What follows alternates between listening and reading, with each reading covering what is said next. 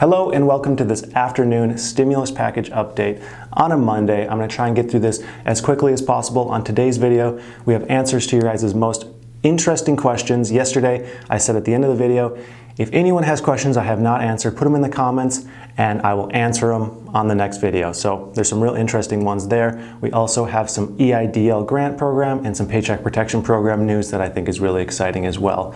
And before we get into it, I just want to take a second to say thank you to everyone who watches and subscribes. This morning, we passed 60,000 subscribers, and it's just absolutely mind-blowing to me. I know I say this all the time, but I sincerely appreciate every single person who watches and subscribes.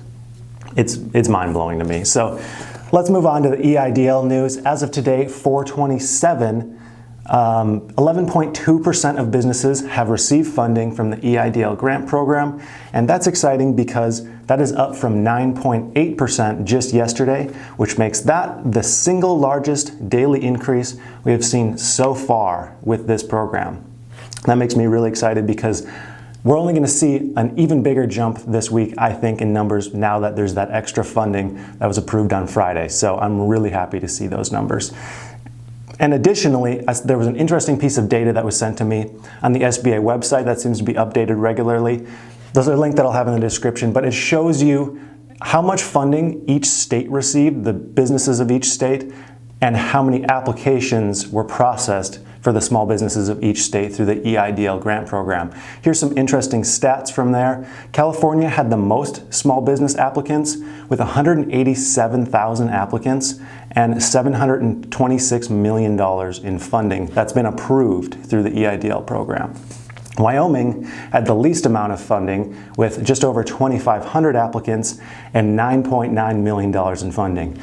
Now, I thought this was interesting because if we remember, Shake Shack received $10 million in funding. So that means Shake Shack received more funding than all the small businesses in Wyoming. They did return the funding, but I just thought that was kind of wild. It also shows all the U.S. protectorates and territories like American Samoa, Puerto Rico, Guam, how many applications there were and how much was funded there. I just thought that was interesting. Again, I'll have that linked in the description.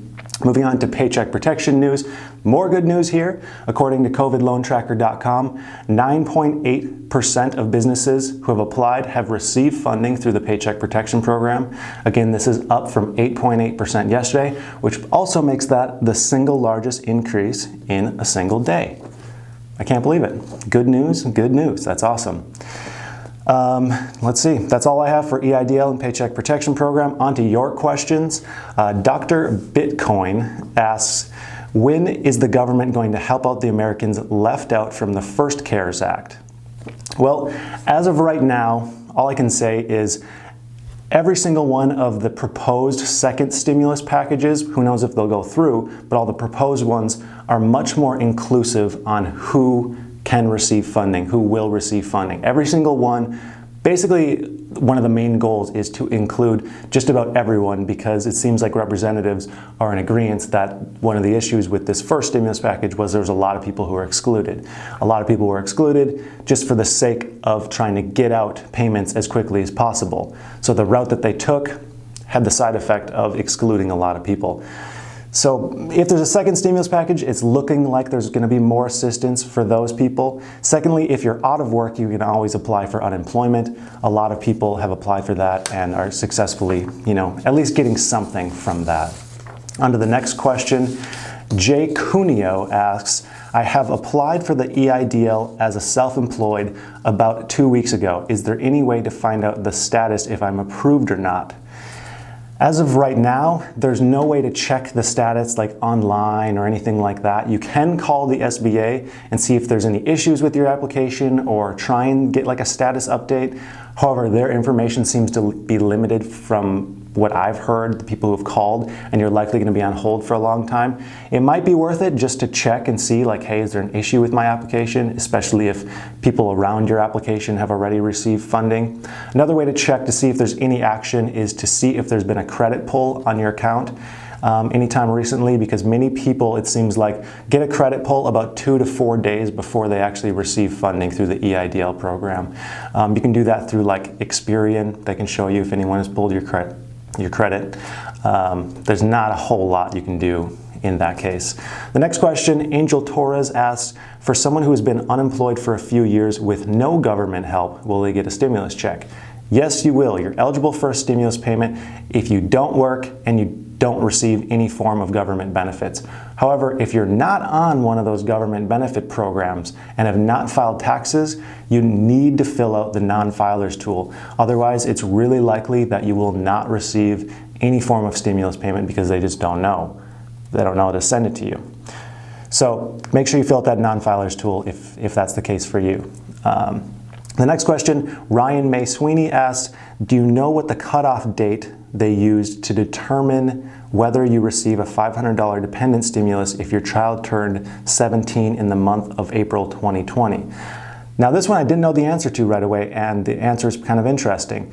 So the IRS stated that your dependent must be under the age of 17 for the entire tax year of 2019. So anyone with dependents who turned 17 in 2020 should receive that $500 per dependent stimulus additional bonus. So that means if you had a child that turned 17 in January of this year, you should still receive that payment. So Ryan, you will receive that payment because your child turned 17 in April. So that's pretty great.